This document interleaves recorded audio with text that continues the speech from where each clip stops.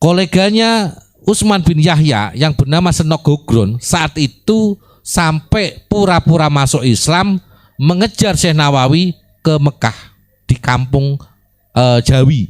Jadi saat itu ada namanya kampung Jawi.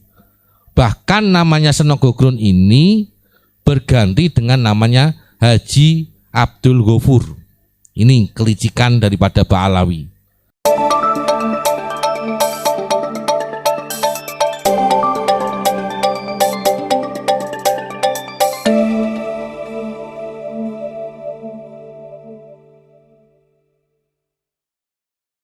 Jadi karena saya itu yang waktu itu diajak ke Tanara ya, di pondoknya Gus Sauki. Jadi kita itu berangkat termasuk ada Kiai Hafiz yang punya pondok Miftahul Khair Tangerang. Kita itu satu mobil saat itu berjalan ke Tanara, ke pondoknya Gus Sauki. Itu pondok An-Nawawi, pondoknya Kiai Haji Ma'ruf Amin Wapres. Jadi kalau kamu, karena ini nggak sopan sebenarnya, teman ini hanya dikemas bahasa santun, mengira kita tidak kenal dengan Abah Ma'ruf atau Kiai Ma'ruf Amin itu salah besar. Panitianya saja itu konsultasi dengan kita. Namanya itu Gus Rohman, itu rumahnya Tangerang, dan kita pernah pengajian di sana. Bahkan konsultasi dengan kita, yang diundang itu siapa saja, itu loh konsultasinya dengan kita. Loh ini gimana? Cuma kan kalian itu tidak tahu karena kita tidak butuh populer, tidak butuh terkenal, dan tidak butuh dipamerkan ke publik. Makanya kenapa kita pede? Karena kita benar-benar berjalan sesuai dengan jalur.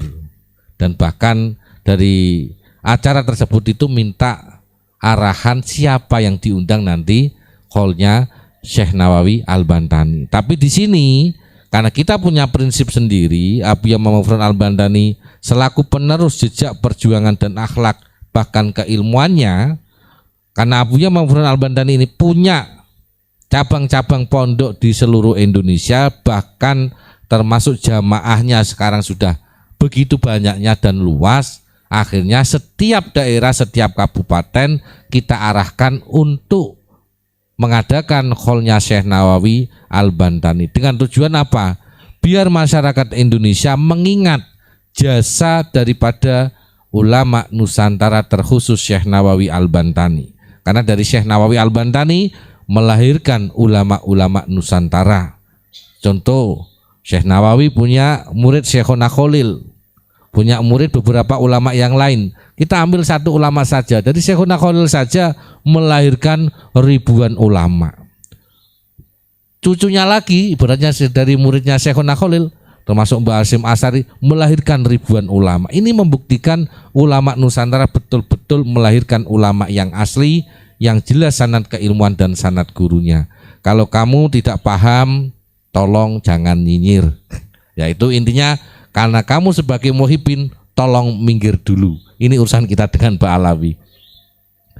Dari Da Silva Potret, anak kemarin sore tahu apa? Rodan Sita, lu siapa yang ngomong Habib dibilang celeng? Ayo kalau bukan channel ini, lah memang celeng. Gimana gak celeng? Semua makam diakui, sejarah diakui, kemerdekaan diakui, menghina Wali Songo, menghina para wali di Indonesia.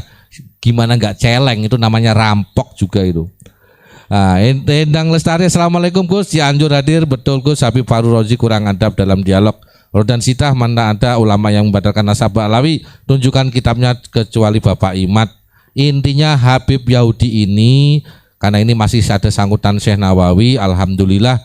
Jadi waktu itu yang namanya Utsman bin Yahya yang melawan dengan tegas, pertama Syekh Nawawi Al-Bantani sama yang dari Banten, Syekh dari Jakarta Betawi, Syekh Junaid Al-Batawi. Ini yang melawan pertama kali Syekh Nawawi Al-Bantani, Syekh Junaid Al-Batawi. Ketika sekarang di roasting katanya Syekh Nawawi mengakui Habib. Lah sedangkan saat itu kolega, karena ini bahasanya kan kolega tadi ya. Kolega itu adalah partner. Kolega, karena memakai bahasa ilmiah, saya pakai bahasa ilmiah, dikira unik gak bisa. Koleganya Utsman bin Yahya yang bernama Senok Gogron saat itu sampai pura-pura masuk Islam mengejar Syekh Nawawi ke Mekah di kampung Jawi. Jadi saat itu ada namanya Kampung Jawi. Bahkan namanya Senogogron ini berganti dengan namanya Haji Abdul Ghafur. Ini kelicikan daripada Ba'alawi. Bayangkan, sampai di sana Syekh Nawawi dan ulama-ulama Nusantara yang lain sampai diinterogasi atau ibaratnya didatangi satu persatu. Ini Senogogron koleganya Utsman bin Yahya. Termasuk di Pemalang, bayangkan, setiap daerah saya yakin akan kebuka semua. Ada 49 kiai torekoh yang dibunuh di kebun kelapa, bayangkan. Apa enggak sadis itu? Bahkan kemarin ada jamaah kita dari Jakarta yang asli dari Boyolali. Kakeknya sampai diseret saat itu, bayangkan zaman Belanda. Dikarungi, diseret sama mobil, dan itu makamnya ada di mana itu? Alas Roban, bayangkan. Ini terbukti kebiadaban Utsman bin Yahya sekarang tetap diteruskan penjajahannya. Kalau Abu Yamamah wajar, tegas. Karena apa? Meneruskan perjuangan.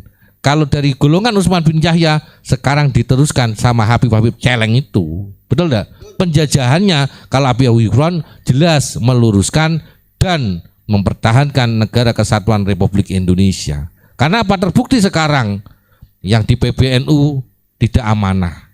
Ini jabatan bukan untuk meraup kekuasaan atau kekayaan, tapi jabatan di PBNU-nya adalah sebuah amanah.